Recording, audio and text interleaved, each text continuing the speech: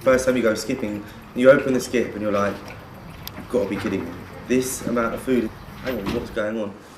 You can find like £150 worth of food in a skip for one night, which could feed you and your friends all week. Obviously a lot of stigma with getting food out of the bin, understandably. But then when people realise how much goes to waste, it really opens up the imagination in terms of, hang on, what's going on? A little bit intimidating at first. I wouldn't have done it myself, I don't think, but having other people there with me was nice because they'd obviously done it before. I've been in the skip, like taking my food past, and you know, some junkie will be walking past, or like the homeless guy will be looking at me and be like, "What are you doing? Like, get out of there! That's disgusting!" Like, and so like it seems to me that the person, like somebody like that who might need it more than I do, is totally horrified at the idea of me doing this. Like, I think it's great for anyone to skip because none of that food should be going to waste. Being a freegan is basically based on the principles of trying to use as little as possible and the kind of anti-consumerist lifestyles. I live in a very wealthy and a very beneficial society, like where I have all my health care, I have a roof over my head. I think it's just ethically responsible, really, to pay attention to where your stuff comes from, to who you're affecting when you buy things or by the actions that you take. You get a big range of food. A lot of it is prepackaged sandwiches. You do get meat, you get vegetables, especially in the summer there's more vegetables, loads of bread and pastries. You can actually eat relatively healthily from the skip, but it's not guaranteed. Like, you don't know what you're going to get every time you go.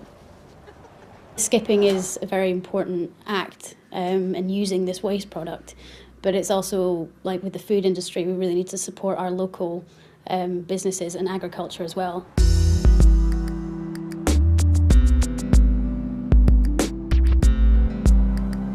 Tesco, for example, like when they have a buy one get one free offer, like on farming products, it's the farmers that take the brunt of the price cut, not Tesco. In the majority of cases, the food that is in supermarkets is industrially produced. We now have this insane disconnection from our food. You go and buy meat, it's nicely filleted, like wrapped in a nice little packet. It's got sell-by dates on it, and so people believe the sell-by dates and they pay attention to that instead of actually smelling or looking at the food themselves.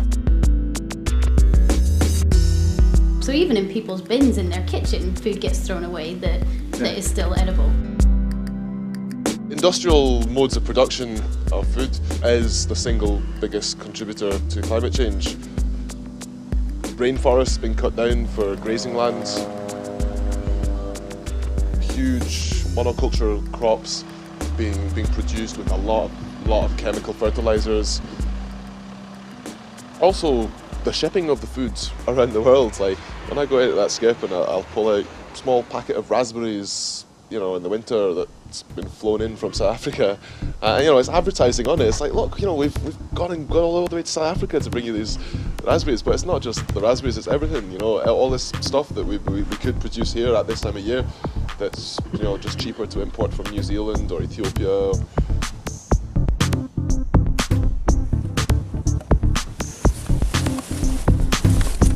This isn't too bad, like when you've just got a bag of rolls like this, but often you'll find like you'll get bags and bags full of like something like this, but it's all pre-packaged sandwiches and it's all like wrapped in cellophane.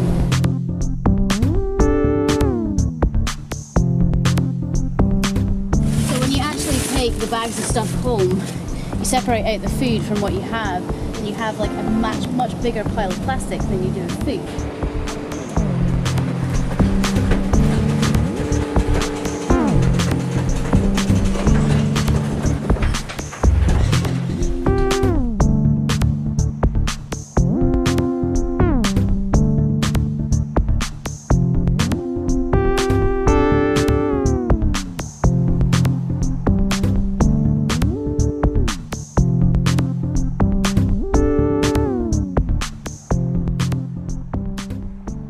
As far as general people walking down the street, it's always positive.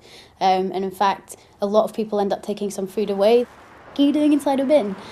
So we're like, well, look at all this food that we're getting. Like, this is all completely edible. And they're like, you can still eat that. And I've sent quite a lot of people away with like either just a little packet of sushi or a big bag of food. Like, and they normally take something away. It does build awareness, like when people see you doing it, which is really exciting. I've never had anyone like slag me off for getting into a bin. There isn't actually any laws against skipping. It comes under the theft by finding law that it belongs to the person that's thrown it away. There's one particular place that I do go skipping where the guy loves us and like he's a manager of a big chain supermarket. Nice.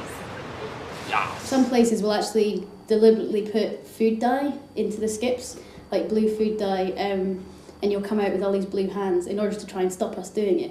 But it doesn't stop anyone. No, just wash it off.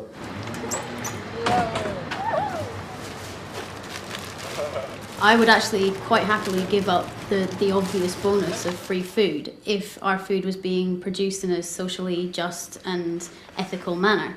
But it's not. And I actually once worked for a charity in the States that collected the food. The supermarkets brought the food that they were going to throw out around, and we, redistributed it into boxes and gave it to the homeless and refugees and like people that needed it.